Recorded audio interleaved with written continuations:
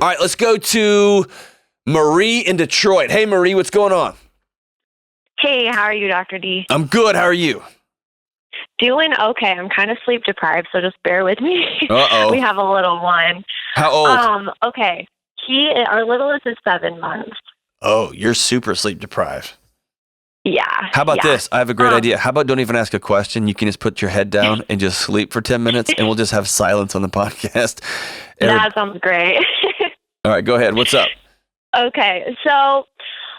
We kind of have an interesting situation here. So we have 5 kids. Our oldest is 8. He is adopted from foster care. And he has some pretty severe mental illness and abuse in his past. So actually at this point, he's not even living in our home due to the severity of his behaviors. And this has just been super difficult for our family, for me and my husband. And we're just kind of grieving that he's not here. And my question is, my husband and I are not grieving the same. Yep. And it's been really difficult on our marriage. Mm-hmm. So I guess we're just looking for some advice on the mismatched grief and just how to navigate. Yeah, that's awesome. Thanks for that question. So you got 5 kids, 8 and under. Yeah. And one of them, is he in a home now? Yeah, he is. Okay. Was he violent? Hurting himself? Was he? Yeah. Okay. All right. Yeah. And are your other 4 kids, are they biological or are they adopted too? They're biological. Okay. So you adopted, who came first? What was the order? Yeah, we adopted first. Okay. And so when you say grief is mismatched, that's a super common challenge. But before we get into that, I just want you to exhale for a second. And you live in a really, really chaotic home. And that's okay. But I want you to give you and your husband some grace right now. Because what feels like is channeled towards grieving differently is probably both of y'all responding to chaos differently. You got 5 kids under 8 or 8 and under. Mm-hmm. That's a hurricane. I got 2 and I don't even know what day it is. Yeah. Right? That's a lot. Did y'all plan all 5 of these? Yeah, we did. We did. We just have always wanted to have a big family. Awesome. And yeah, it's just been tricky as the oldest one. His behaviors have just kind of gotten more and more severe as he's gotten older. And so kind of just looked up one day and we were like, oh man. Walk me through how y'all are grieving differently.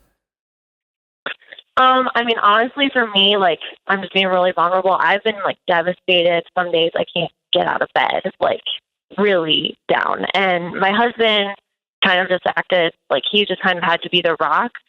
So he's just trucking along, doing life. And I think it's just tricky because I'm are you sad? Are you okay? What? I don't know.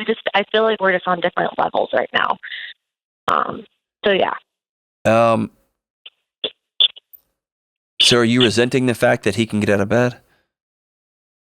And I'm not saying that in a mean way. I'm saying that does it feel like he doesn't care as much as you do, that you lost your son? Maybe. Yeah, maybe. Is he frustrated with you that he just wants you to snap out of it and let's get to it? We got 4 other kids around here. We got to get up and going. No, definitely not. No, he's amazing and is you do whatever you need to do. I'm here to support you. I'm here for you. So let me promise you this. Your husband's heartbroken too. Mm-hmm. And he may look at a situation where he's got a wife that he loves with a newborn.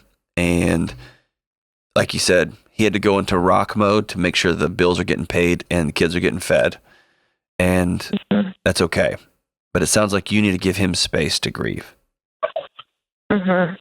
And some people just don't fall apart. I do. I'm somebody that needs some time. Some people aren't. They just don't. And some people fall apart to where they fall apart, right? Mm-hmm. Have y'all sat down and talked to each other about the grief?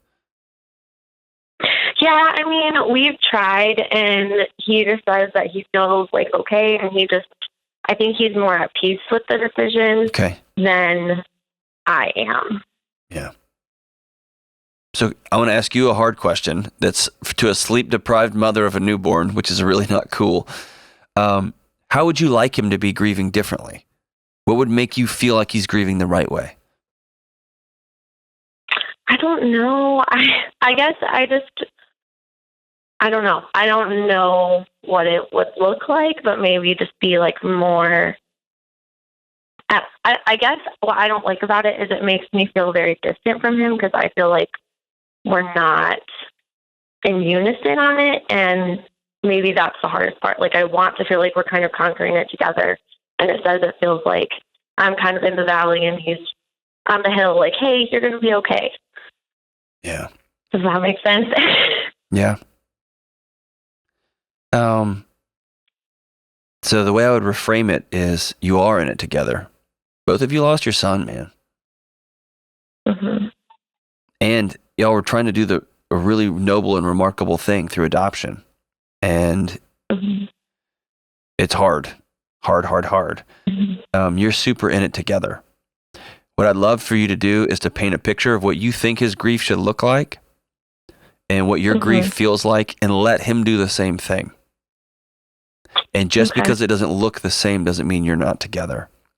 My guess is you're much more, if you remember back to the very first biological kid you had at 7 months, I don't know any couple that feels totally in sync together relationally. Mm-hmm. Right? That's just a season of distance. Right.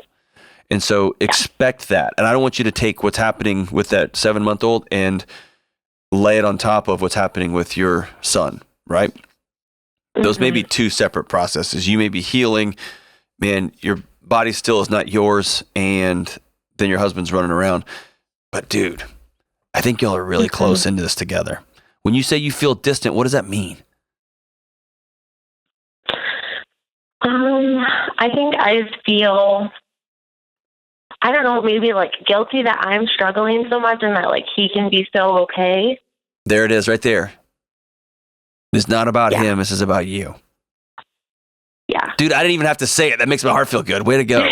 You're way down the road, Marie. Yeah. And listen, your grief gets to be your grief. Mm-hmm. And it sounds like you got a pretty remarkable guy standing by you saying you grieve however you need to grieve. Mm-hmm. Is that fair?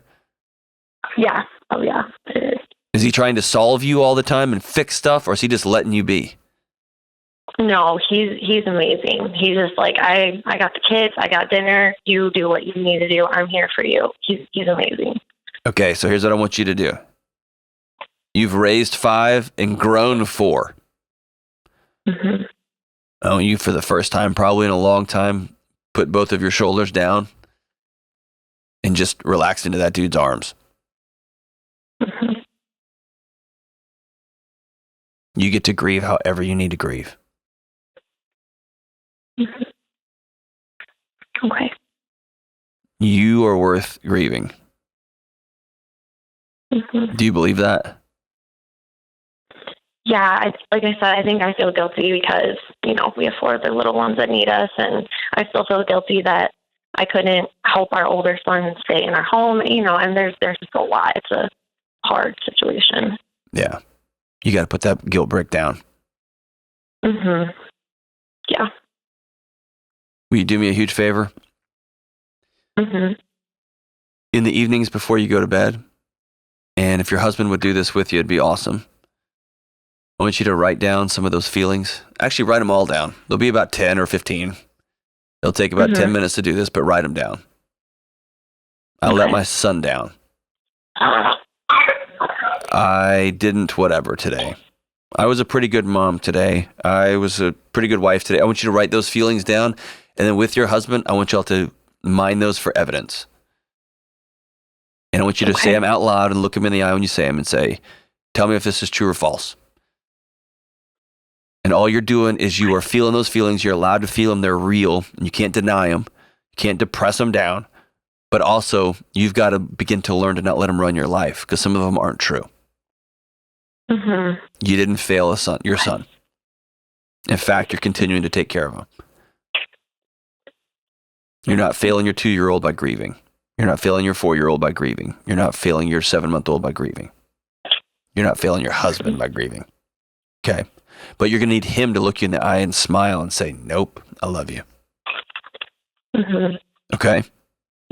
Okay. You promise? Yeah, I do. Excellent. Marie, you're a rock star mom. He's lucky to have you. And man, I can't even wrap my head around what it'd be like to lose a kid. To have to send a child away because they were violent in my home. They weren't safe. Heartbreaking. Should have done this. I could have done that. Man. Whew. If you get to a place where you can't get out of bed, where the weight and the heaviness just gets heavier and heavier and heavier, please reach out to your doctor. Reach out to a counselor in your community. Go get some external support there. Okay. But you get to grieve how you grieve. You have permission to grieve. Thank you so much, Marie.